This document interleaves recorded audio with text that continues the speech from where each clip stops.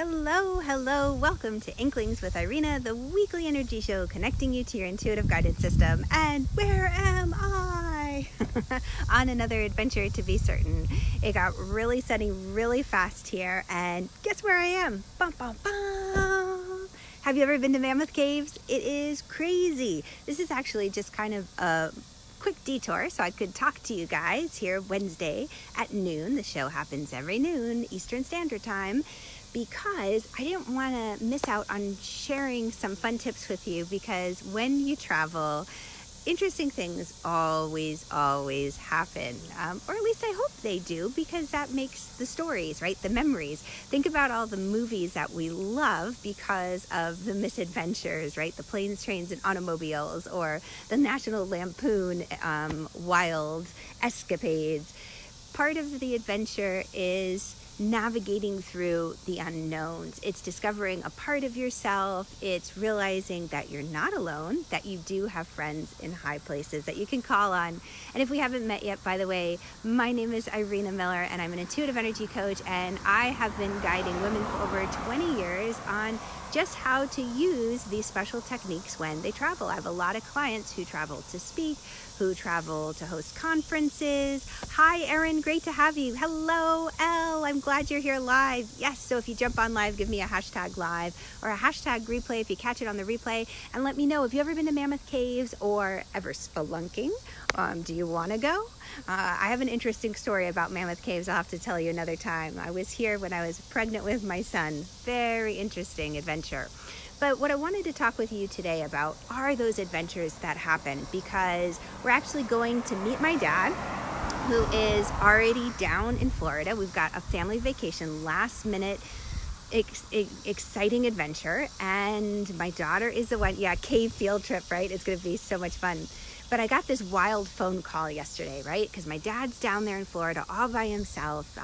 He traveled down there ahead of us for another convention. We're going to meet with him. And what ended up happening was I got this random phone call yesterday. I'm on my way out the door to take my son to his annual doctor's checkup. And my dad's cell phone, you can see like the numbers, it comes up on caller ID. My daughter answered, and I said, please tell Poppy that we'll call on my cell. We're running right out the door. And she thrust the phone in my face, and I think, what's going on? So I ended up picking up the phone and, immediately going into, hey, Dad, I'll give you a call, or call me on my cell phone. And it was some random guy that started talking to me. And I thought, oh my gosh, who are you? And why do you have my dad's cell phone? And the guy, so sweet, said, I found this cell phone. And he pretty much just called the last number that had been dialed, which was mine, thank goodness, and said, is there someone with your dad that I can call, that I can give, information to, where he can find his phone? And I said, no, please just leave it at a desk nearby. It was in a naval museum down in Florida, and Naval Aviation Museum. And so the guy was kind enough to leave it, but then, we hung up, and my mind starts thinking, right? What can you do? You're traveling, or you have a loved one traveling, and we're so used to cell phones. We're so used to getting in touch with people easily, but if you lose your cell phone, you're in this moment where panic starts to set in, right? Your mind starts to spin, and you think, oh my gosh, what if he had an accident and he lost his phone because of the accident? Or what if, he won't find his phone? How am I going to connect with him because I haven't given him the right information yet as to exactly where we're meeting and when? So you have all of this going through your head, lots of cars passing here, and you start to panic. So here we are in the car driving to the doctor's appointment, and the thing about working with your friends in high places is that it's very important to remember that it's not just like calling up AAA and saying, come rescue and save me.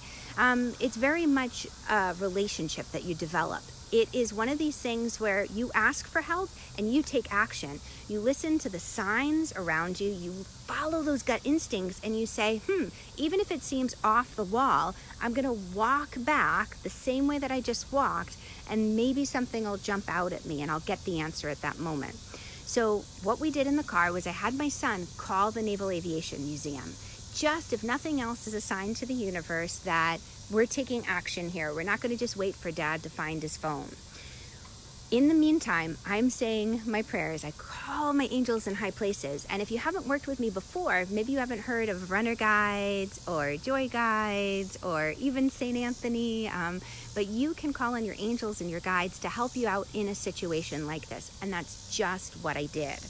And the funniest thing happened, because as I'm saying those prayers and petitioning for help from our friends in high places, my son is on the phone with the Naval Aviation Museum saying, could you page him or just make sure his name is, Thomas, and he'll be back for the phone. And as soon as he hung up, as soon as my son Chase hung up with whoever he was talking to, my cell phone rang. And I thought, oh my gosh, what's going on now? And it was my dad's number. And I thought, oh no, who's calling? And I pick it up, and it was my dad. He had just gotten the cell phone back. Now here's the thing, the timing, right? That's confirmation for me. Chase made the phone call, and as soon as he was off that phone call with the Naval Aviation Museum, my phone rang and I received the call from my dad. Not while he was talking, right? But right after that phone call ended. That for me was a huge sign of confirmation. Another big sign of confirmation that the angels were with me and they'd heard my request was that when my dad said how he had lost the phone was that he sat down, it was just hot weather, he was watching one of the wonderful documentaries they have, it was cool, he kind of nodded off for a second, put his phone down, forgot about it, but he had just been watching a documentary on the Blue Angels. Oh my goodness, right? It could have been any other set of squadrons, but for whatever reason, it was the Blue Angels, and he felt compelled to share that with me. It might not seem like much on the surface, but when you start to fine-tune your ability to look for these little signs that you're being heard, that your prayers are being answered, that even when you're not right next to your loved one and they're far away, many states away, and they could be in trouble, your prayers are heard and answered always, and you will get signs of confirmation to give you peace of mind that everything's going to be okay. And it was. He had gone back in, he found his cell phone, the person who had found it I think was still nearby, so it all worked out. And what gave me peace of mind in that whole process was knowing that I wasn't helpless. I just didn't have to sit on my hands waiting for the phone call from my dad. Would he have called if I hadn't taken any of those other steps? Yeah, probably. But by taking those steps, again, and I just saw a butterfly, third sign of confirmation. Oh, I've got goosebumps because butterflies represent my mom. Oh my gosh, right? So this is the language of intuition. Oh, another one. Oh, yay. Language of intuition. This is what gets you excited. Other people who aren't awake yet are asleep to these signs. They go crazy with worry and anxiety, right? Is everything going to turn out okay? Did I make the right decision? Oh my God, is my dad going to be okay? Yes. Why? Because I have friends in high places, I know how to talk to them, and I hear the messages they send back to me when I'm taking action. So give yourself an opportunity to develop this intuitive language. Always, always ask for help. Call on your angels, call on your guides. Look for the signs they send you, especially as you take action. And let me know how it goes. Thank you so much for joining me. I'm so glad you could be here with me at Mammoth Cave. Yay! I don't know why I'm doing this today, but I feel compelled to. My little drum solo, I guess.